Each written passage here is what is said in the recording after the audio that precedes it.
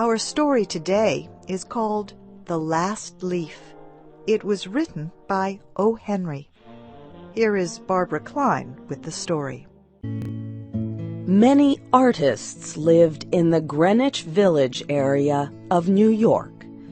Two young women named Sue and Johnsy shared a studio apartment at the top of a 3-story building. Johnsy's real name was Joanna. In November, a cold, unseen stranger came to visit the city. This disease, pneumonia, killed many people. Johnsy lay on her bed, hardly moving. She looked through the small window. She could see the side of the brick house next to her building. One morning, a doctor examined Johnsy and took her temperature. Then he spoke with Sue in another room. "She has one chance in, let us say, 10, he said, "and that chance is for her to want to live. Your friend has made up her mind that she is not going to get well. Has she anything on her mind?" She wanted to paint the Bay of Naples in Italy some day, said Sue. Said the doctor. "Bosh!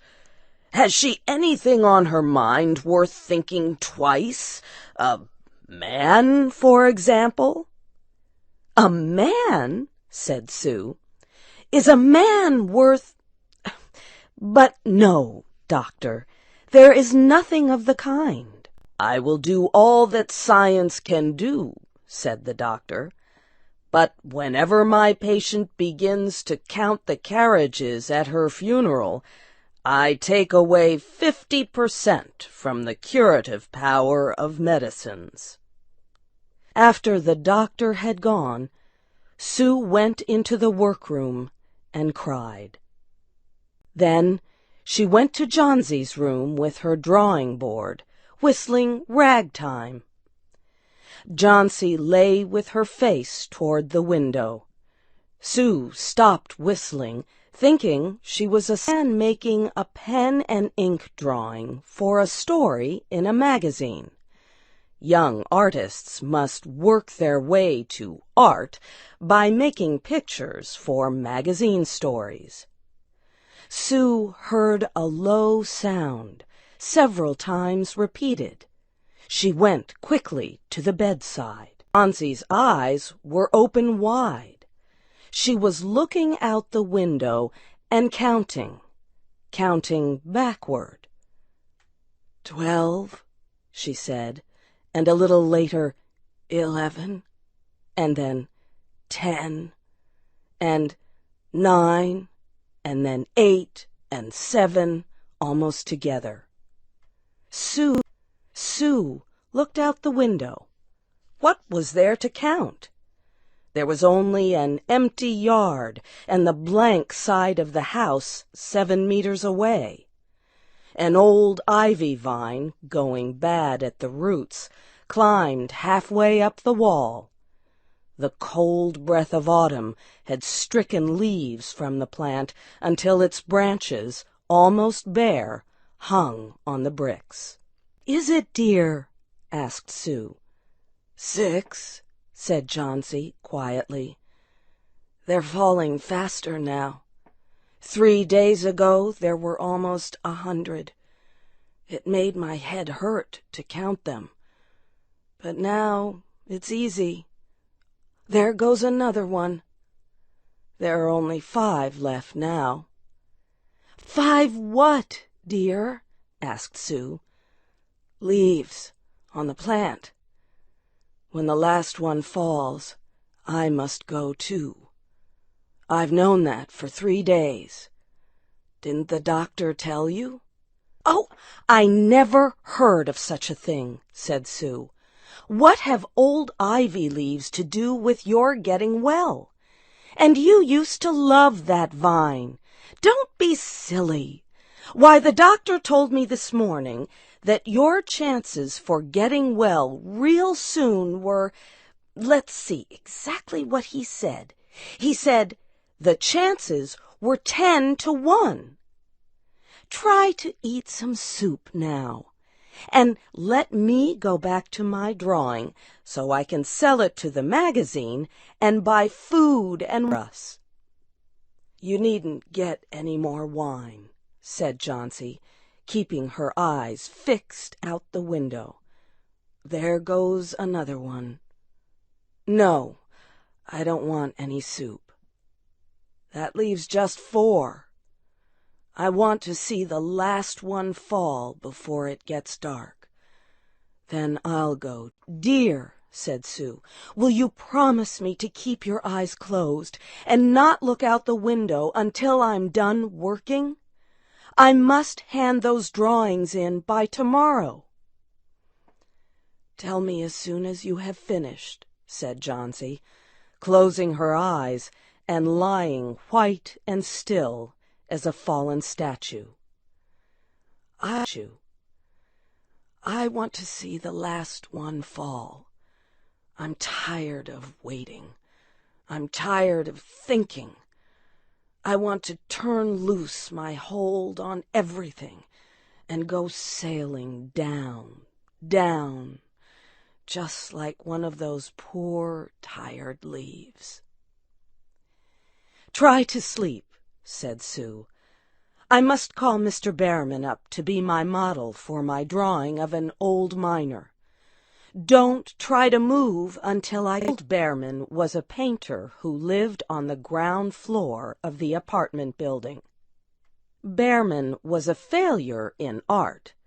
For years he had always been planning to paint a work of art, but had never yet begun it. He earned a little money by serving as a model to artists who could not pay for a professional model. He was a fierce little old man who protected the 2 young women in the studio apartment above him. Sue found Behrman in his room. In one area was a blank canvas that had been waiting 25 years for the first line of paint. Sue told him about Johnsy and how she feared that her friend would float away like a leaf. Old Behrman was angered at such an idea. Are there people in the world with the foolishness to die because leaves drop off a vine? Why do you let that silly business come in her? She is very sick and weak, said Sue, and the disease has left her mind full of strange ideas. This is not any place in which one so good as Miss Johnsy shall lie sick, yelled Behrman.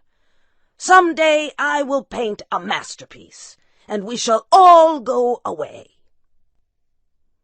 Johnsy was sleeping when they went upstairs. Sue pulled the shade down to cover the window. She and Behrman went into the other room. They looked out a window fearfully at the ivy vine. Then they looked at each other without speaking. A cold rain was falling, mixed with snow. Behrman sat and posed as the miner. The next morning, Sue awoke after an hour's sleep. She found Johnsy with wide-open eyes staring at the covered window. "Pull up the shade. I want to see," she ordered quietly. Sue obeyed. After the beating rain and fierce wind that blew through the night, there yet stood against the wall one ivy leaf. It was the last one on the vine. It was still dark green at the center, but its edges were colored with the yellow. It hung bravely from the branch about 7 meters above the ground. "It is the last one," said Johnsy. "I thought it would surely fall during the night. I heard the wind. It will fall today, and I shall die at the same time." "Dear, dear," said Sue, leaning her worn face toward the bed, "think of me if you won't think of yourself. What would I do?" But Johnsy did not.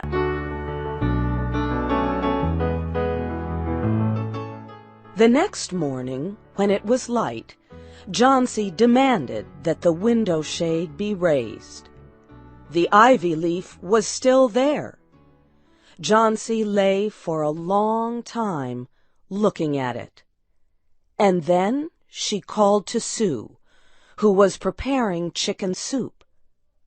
I've been a bad girl," said Johnsy.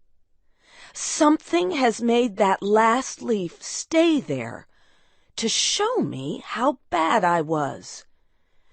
It is wrong to want to die. You may bring me a little soup now."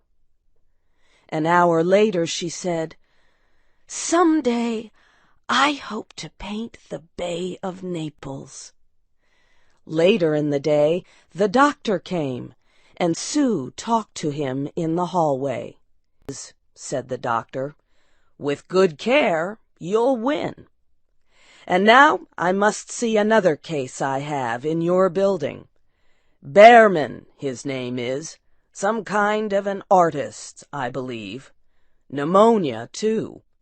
He is an old, weak man, and his case is severe.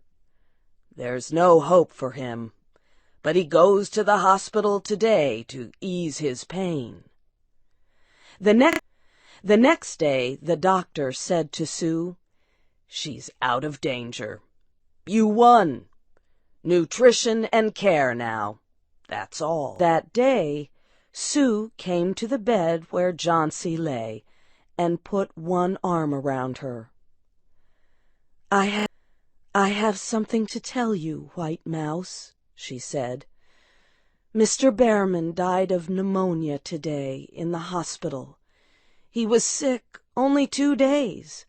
They found him the morning of the first day in his room downstairs, helpless with pain. His shoes and clothing were completely wet and icy cold. They could not imagine where he had been on such a terrible night. And then they found a lantern, still lighted, and they found a ladder that had been moved from its place, and art supplies, and a painting board with green and yellow colors mixed on it. And look out the window, dear, at the last ivy leaf on the wall. Didn't you wonder why it never moved when the wind blew? Oh, darling, it is Behrman's masterpiece. He painted it there the night that the last leaf fell." You have heard the story The Last Leaf by O. Henry. Your storyteller was Barbara Klein. This story was adapted by Shelley Gullist and produced by Luan Davis. I'm Faith Lapidus.